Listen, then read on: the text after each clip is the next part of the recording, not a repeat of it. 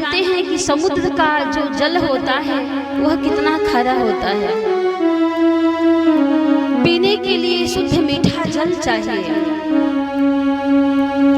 तो वह जल समुद्र का शुद्ध कैसे होता है कि जब समुद्र का जल 5 मंडलों से शुद्ध होकर के आता है इस धराधाम पर, तो वह पीने लायक होता है। तो समुद्र का जल पहले किस मंडल में जाता है शुद्ध होने के लिए, जरा आप ध्यान देंगे इस प्रसंग पर कि मानस की जो कथा है कोई साधारण कथा नहीं है। तो समुद्र का जल पहले कहाँ जाता है रिफाइन होने के लिए, शुद्ध होने के लिए, तो सूर्य मंडल में जाता है और वहां से शुद्ध हो करके वह जल आता है कहाँ, तो चंद्र मंडल में आता है।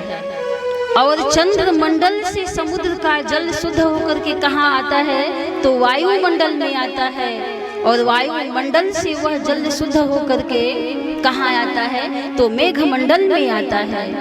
और मेघ मंडल से वह जल शुद्ध होकर के तब वह इस धराधाम पर भूमंडल पर आता है। तब वह मानव के लिए मंगलकारी और कल्याणकारी वह जल होता है।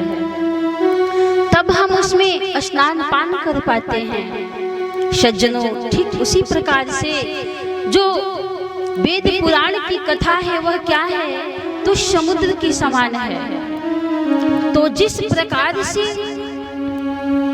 वेद की कथाएं कैसे पहले आई, जैसे कि समुद्र का जल पहले 5 मंडल से शुद्ध होकर के धराधाम पर आया, ठीक उसी प्रकार से श्री रामचंद्र भगवान की कथा भी 5 मंडलों से होकर के आई।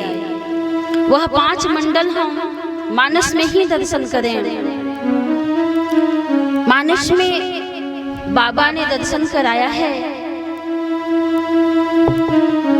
शंभु की नया चरित सुहावा,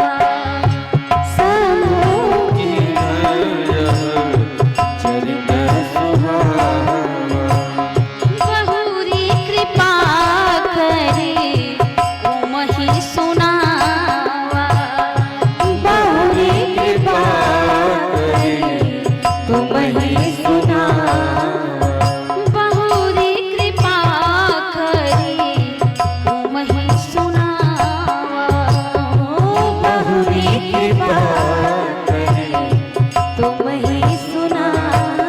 सोई शिवकार भुसुंडी दीन्हा, सोई शिवकार भुसुंडी दीन्हा, राम भगत अधिकारी छीन्हा, राम भगत अधिकारी छीन्हा, तेहि सन जाग बलिक पुण्य पावा, तेहि सन जाग बलिक पुण्य पावा, तिन्ह पुण्य भरत द्वाज प्रति गावा, तिन्ह पुण्य भरत द्वाज पुण्य गावा, तिन्ह पुण्य भरत द्वाज प्रति गावा, तिन्ह पुण्य भरत द्वाज प्रति गावा। ते श्रोता बखता समशीला, रे श्रोता बखता समशीला, समदर्शी जा नहीं हरि लीला, समदर्शी जा नहीं हरि लीला, समदर्शी जा नहीं हरि लीला, समदर्शी जा नहीं हरि लीला, समदर्शी जा नहीं हरि लीला। तो इस तरह से 5 मंडल से जैसे जल शुद्ध होकर के आया, ठीक उसी प्रकार से ये भगवान राम की कथा भी 5 मंडलों से आई। तो कथा का 5 मंडल क्या है? तो सूर्य मंडल है भगवान शिव, दूसरा चंद्र मंडल कौन है कथा का? तो पार्वती जी हैं। तीसरा राम कथा का जो मंडल है वह कौन है? तो वायु मंडल कागभूषुंडी जी हैं। और चौथा कथा का मंडल कौन है? तो कहा गया है कि चौथा मंडल याज्ञवल्क्य जी हैं। 5वां मंडल भरद्वाज मुनि जी हैं। इस तरह से रामचरितमानस में 5 मंडल है। रामचरितमानस का नाम ये रामचरितमानस क्यों रखा गया और नाम क्यों नहीं रखा गया? सज्जनों, इसलिए रामचरितमानस रखा गया क्योंकि ये जो कथा है शिव जी के मानस से निकली हुई है। वर्णन आता है कि रची महेश निज अरे मानस रची महेश निज मानस रची महेश निज मानस रची महेश निज मानस पाई सुसमय शिवासन पाई सुसमय शिवासन ताते रामचरित मानस आते रामचरित मानस धरे नाम हेरी हरषि हरे ओ राम हिय धरे नाम हेरी हरषि हरे ओ नाम हिय हरे तो इसलिए रामचरितमानस नाम पड़ा क्योंकि यह जो कथा है शिव जी के मानस से निकली हुई है। उनके मानस हृदय से यह कथा मुख से होकर के प्रकट होती है पार्वती जी के माध्यम से। एक कथा की माध्यम बनी। किसी जिज्ञासु ने प्रश्न किया कि क्या गोस्वामी जी को कोई और नाम नहीं मिला? इस कथा को सरोवर क्यों बना दिए? सरोवर क्यों बनाए? सज्जनों, जैसे सरोवर में जाने के लिए कोई नियम नहीं है, कोई कानून नहीं है, कोई पाबंदी नहीं है। जब चाहे आप जाकर के स्नान पान कर सकते हैं, लाभ ले सकते हैं। उसी प्रकार से गोस्वामी जी ने यह सोच करके इस ग्रंथ को सरोवर बना दिया कि आप इसमें आए, स्नान पान करें। इसमें कोई विधि विधान नहीं है, कोई नियम नहीं है, कोई प्रतिबंध नहीं है कि आपको इस टाइम पे आना है, इस टाइम पे पढ़ना है, इस टाइम पे सुनना है। इसको कोई प्रयोगशाला, धर्मशाला ऐसा करके कोई नाम नहीं लिखे, गौशाला नहीं बनाए।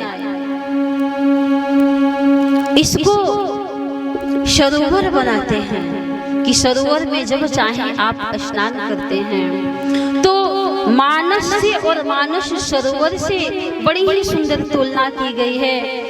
प्यारे बंधु, कैलाश पर्वत पर मानस सरोवर है और रामचरितमानस से तुलना की गई है। वो कैसे?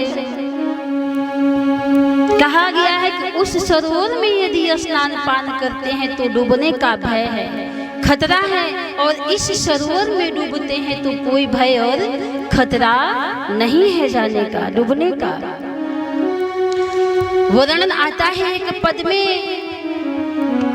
कि यहाँ 9 रस है, रस एक वहाँ पानी है, संत की बानी नहीं। यहाँ 9 रस है, रस एक वहाँ पानी है, संत की बानी नहीं। तन का मल धोया करे उसमें, मन का मल तो धुलता है यही। उस रामचरित मानस से उस मानस की तुलना है कहीं। अरे वहाँ डूबता जो मर जाता वहीं, वहाँ डूबता जो मर जाता वहीं, यहाँ डूबता जो तर जाता है। ये ग्रंथ सबको तारने वाली है, यह कथा सबको भवसागर से पार करने वाली। ऐसी कथा की महिमा मानस में बाबा ने कहा है। यह ग्रंथ किसी ने कहा कि इतने रामायण लिखे गए थे, लेकिन बाबा को क्या पड़ी थी कि रामचरितमानस को लिख दिए। आप जानते हैं कि जितनी भी रामायण है, रामायण शतकोटि अपरा, बहुत से रामायण लिखे गए, तो बाबा को क्या पड़ा था कि फिर रामचरितमानस को लिख दिए। लेकिन सज्जनों, आप जानते हैं कि वेद शास्त्र पुराण, अरे जो इसकी उद्भट विद्वान होंगे वही पढ़ सकते हैं। हम जैसे कम बुद्धि वाले या जो कम पढ़े लिखे लोग हैं, वो संस्कृत में लिखे हुए श्लोकों का क्या अर्थ समझ पाएंगे। बाबा को यह पीड़ा होती है कि कुछ हम ऐसा लिखें कि जो कम पढ़े लिखे लोग भी इसे पढ़ सके, जीवन में उतार सके, इसका लाभ ले सके।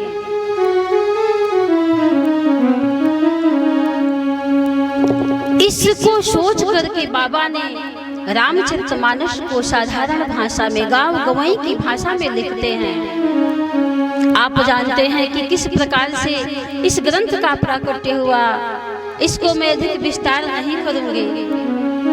शंकर भगवान का यह प्रसाद है, शंभु प्रसाद, अरे सुमति ही अहोलस।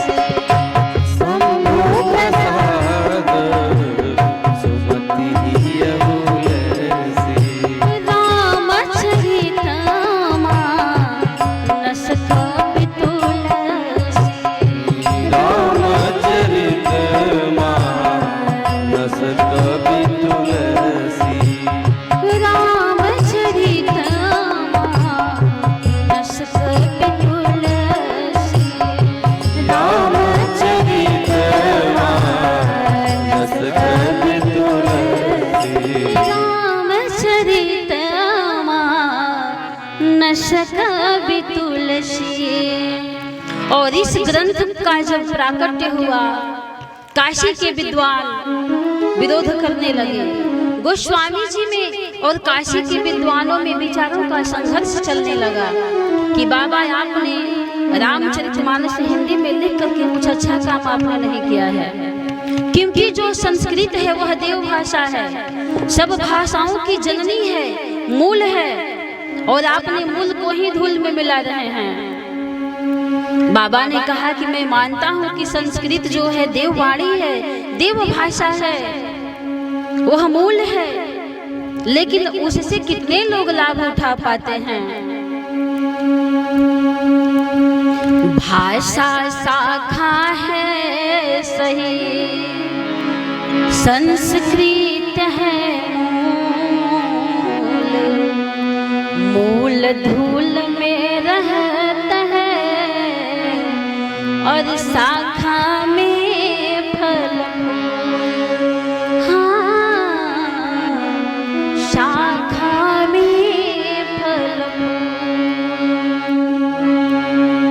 मैं मानता हूँ कि संस्कृत महान है, लेकिन है कैसा कि संस्कृत है नारियल, अरे भोरत में कठिनाई,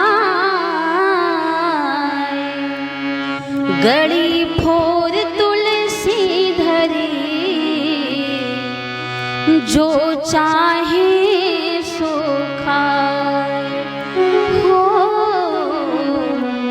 जो चाहे सो खाए।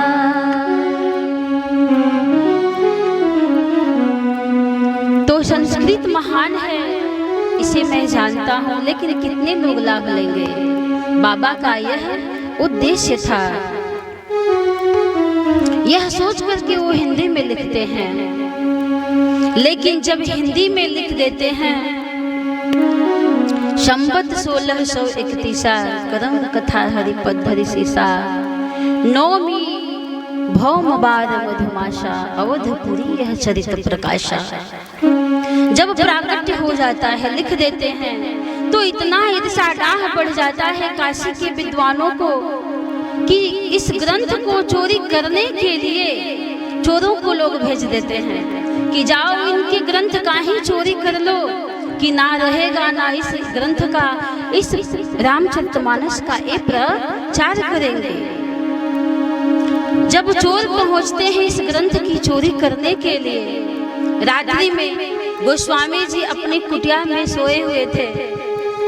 चोर जब दूर से उस कुटिया को देखते हैं तो क्या देखते हैं कि दो नवयुवक सांवले और गोरे वर्ण के धनुष बाण लेकर के पहरा दे रहे हैं, रखवाली कर रहे हैं। कहा जाता है प्यारे बंधुओं कि उसका कौन बिगाड़ सकता है, जिसके रक्षक भगवान हो, कोई बिगाड़ नहीं सकता है।